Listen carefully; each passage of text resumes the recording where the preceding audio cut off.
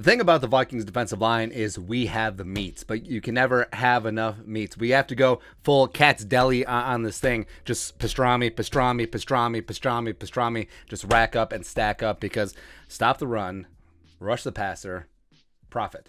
That's all. And the Minnesota Vikings brought in a very interesting name as a top 30 visit. Now, props to our guy Will Raggets for spotting this. Devonte Wyatt, the defensive tackle out of Georgia, coming on up, a visit to TCO Performance Center Bar and Grill for a top 30 visit. Now, it's interesting because the Vikings, they hadn't really had any first-round talent in terms of top 30 visits. They've been doing a lot of due diligence on later-round and mid-round guys. So Devonte Wyatt at 12... Question mark. Also, it's very intriguing is that Devonte Wyatt potentially could be in play if the Vikings do trade down into the teens or even into the 20s. So, foreshadowing. Question mark. Let's talk about Devonte Wyatt, the pride of Georgia today. Background: 24 years young, turned 24 in March. 6'3", 304. So yes, he is going to be an older rookie, but whatever. His senior, former 4-star recruit out of Decatur, Georgia. Started out at Hutchinson Community College, just dominated that for a year.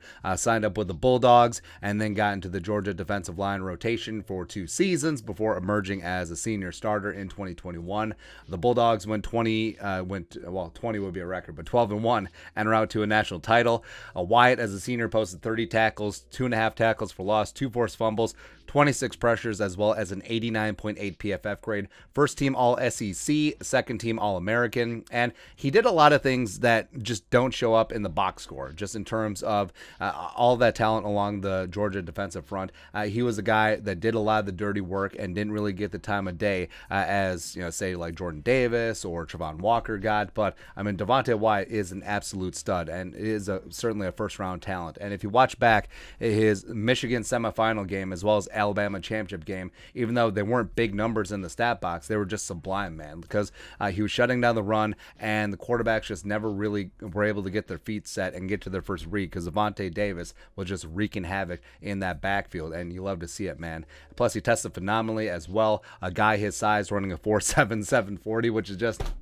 I mean, obviously Georgia won. National title. You have all of those athletes on defense, man. Come on. Also, he was great in the jumps, great in agility as well. So he's already killing it. And here is his draft profile right up front by Lance Zierlein, NFL.com. Overview: highly active defensive tackle with decent strength. Wyatt is made for movement and disruptions. He helped himself in 2021 to better tape, both against the run and pass rusher. His lateral quickness is useful in beating zone blocks and in sliding across the front in a game-based pass rush. Wyatt has adequate strength but struggles to withstand a second blocker. The traits are average, but the effort is consistent. Wyatt should fit nicely as a rotational, gap-seeking 3 technique with disruptive flashes. Well, I mean, traits-wise, just sort of check those boxes in terms of the underwear Olympics, but just watching the tape, too, he is a guy that certainly can get after it.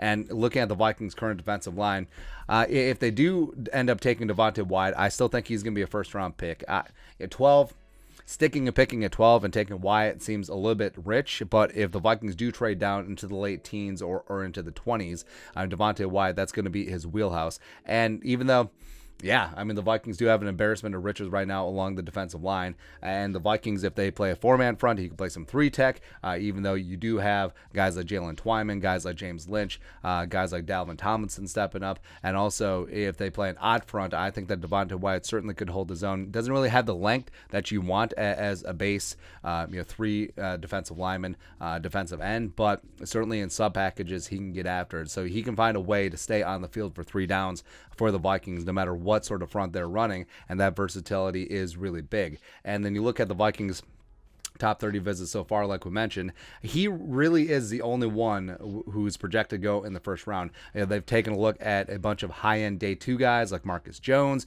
Cole Strange, Kirby Joseph, the great safety out of Illinois, Rasheed Walker, the viral clip offensive tackle from Penn State. Look up the clip of Rasheed Walker from Penn State. I mean, we can't put it on here because it's a family show, but it's hilarious. And then they've been doing a lot of work on mid to late day 3 guys, as well as some dudes who could be priority UDFAs, just getting the groundwork ready to go on that. But overall, it's an intriguing development is that the Vikings under Spielman, they generally didn't bring in first-round guys for top 30 visits, and Devonte Wyatt certainly is a first-round dude.